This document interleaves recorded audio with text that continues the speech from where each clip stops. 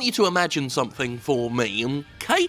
I want you to imagine that you're a video game developer. Maybe you actually are a video game developer, in which case this should be quite easy for you to do. So you've made a video game. Imagine that also. You've made a game. Imagine it's okay at the very least. Okay to good, it looks nice, it plays well enough, it could be any type of game you want, FPS, RTS, visual novel. You've made it, you're proud of it, and not only that, imagine this, okay? Imagine you've made a game and it goes on to shift 7.3 million units, okay? 7.3 million. Now, imagine you're disappointed with that. Imagine you've made a game, right? It shifted 7.3 million units, and you are annoyed about that. You are let down by that. Welcome to the world of publicly traded companies with a nest of slobbering vampiric shareholders to impress. Yes, this is the situation that Electronic Arts finds itself in. Battlefield 5 sold a disappointing 7.3 million because it was 1 million fewer than expected. Now, Electronic Arts has apparently had a pretty rough time. EA's shares have plummeted following an investor call this week, and while it's tempting to look at that as something to celebrate, well, you know, because fuck EA, it's a horrible company and it deserves to suffer, and while it's tempting to say, hooray, EA can swallow its own bollocks, they can piss right off and fuck off while they're doing it, this news actually frustrates me from quite a significant perspective, because to me, at least personally, this news only highlights the utter, outright absurdity of the AAA video game industry. A reinforcement of the idea that you can sell millions and millions and millions and millions and still, in the eyes of the publisher,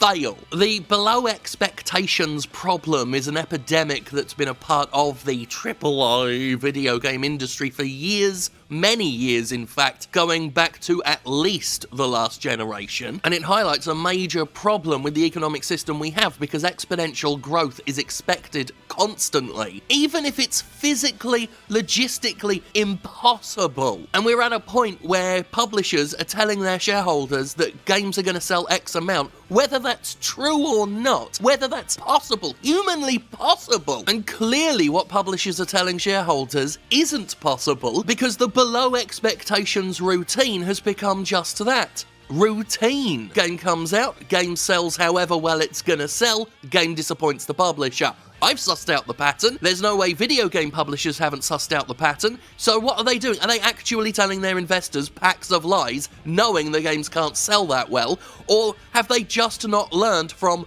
all of their history and all of the history of the game industry, so every time they tell their investors that the games will sell an impossible amount, they actually still somehow believe it? Or is this all just part of some established capitalistic song and dance where products are expected to disappoint, but it really is expected and accounted for within the system no matter how fucking damaging long term it is? Like, do company and shareholder alike know all this is bollocks, but they all engage in it anyway? Because once you get into the upper echelons of super rich investors, I mean, let's be honest, fuck knows what kind of weird rituals and traditions go on with them. And it is weird. All of this is weird. Anyway, Battlefield 5 sold 7.3 million units, and it's a disappointment. And as a result, share prices have fallen for Electronic Arts. They've had a bad time because their game only sold 7.3 million copies. Fuck my teacups. And Electronic Arts has definitely had a bad time. Apparently this is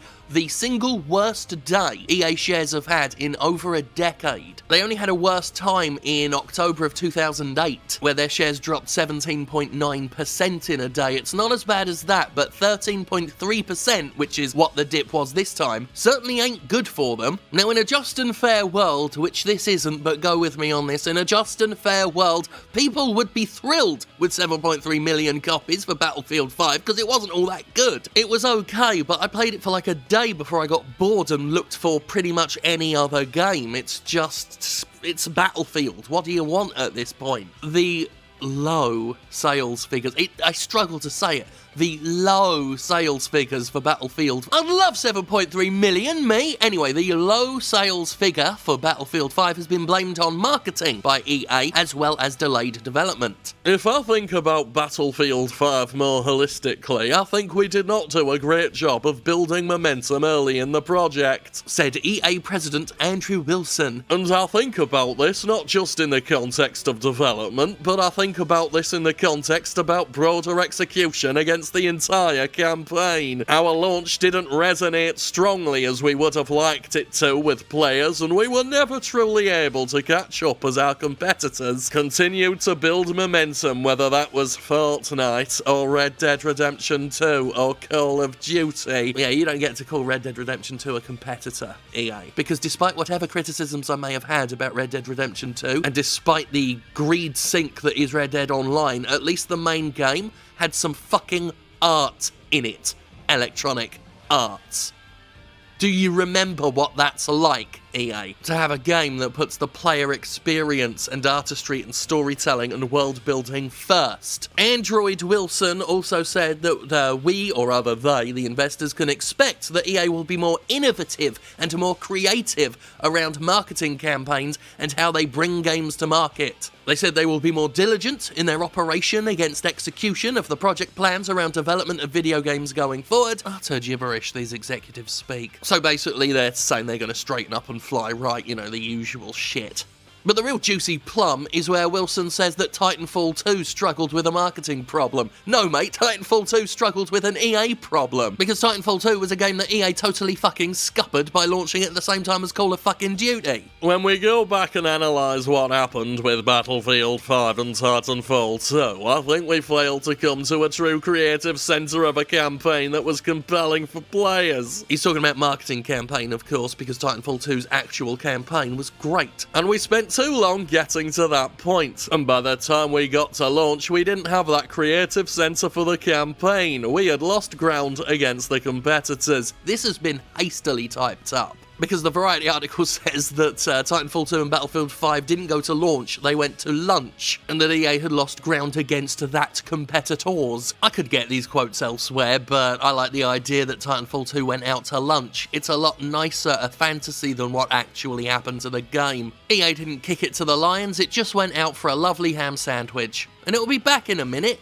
Titanfall will be back in a minute. EA is hoping Apex Legends will bail it out, although they seem to be making the same mistakes. Apex Legends coming out so soon before Anthem, which is the other live service that EA's desperately hoping will make them some money. Oh, sorry, did I say some money? No, you see, because these games are guaranteed to make EA some money, quite a lot of money probably, I meant to say all of the money. Because you know the catchphrase by now, major corporations, major video game publishers do not want some of the money, they want all of the money, every last conceivable penny that exists, whether or not that's an attainable goal. And that does seem to be the so-called AAA game industry's stock and trade right now. Literally unattainable goals, unattainable growth, unattainable volumes of cash. And they haven't learned, they haven't changed, it's the same routine over and over again as it has been for years and years and years. Make wild, fantastical claims about how many copies your game's gonna sell. Sell a tremendous amount of said game and then tell your investors that you've disappointed them and that you're let down and that this is all a sad failure. EA had one of the worst days ever because its game was tremendously successful.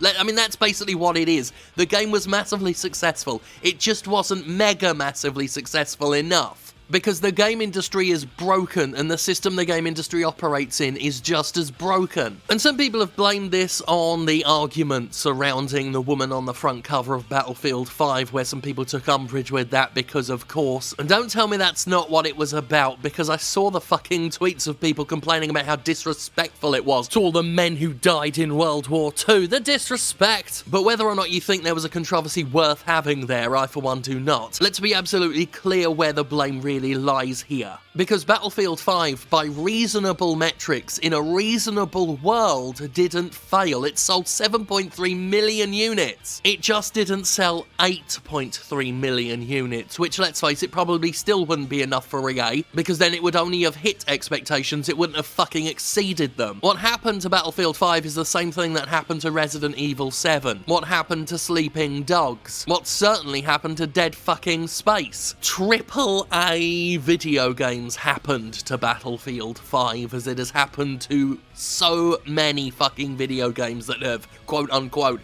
disappointed and sold below expectations. This pattern has been ongoing for more than a decade, and it's not a healthy pattern. It's not a healthy fucking pattern at all. But that's the world of so-called AAA video games for you. It's a fucking mess. And that's why we live in a world where you can sell 7.3 million copies of a game and everyone thinks you fucked the fuck up.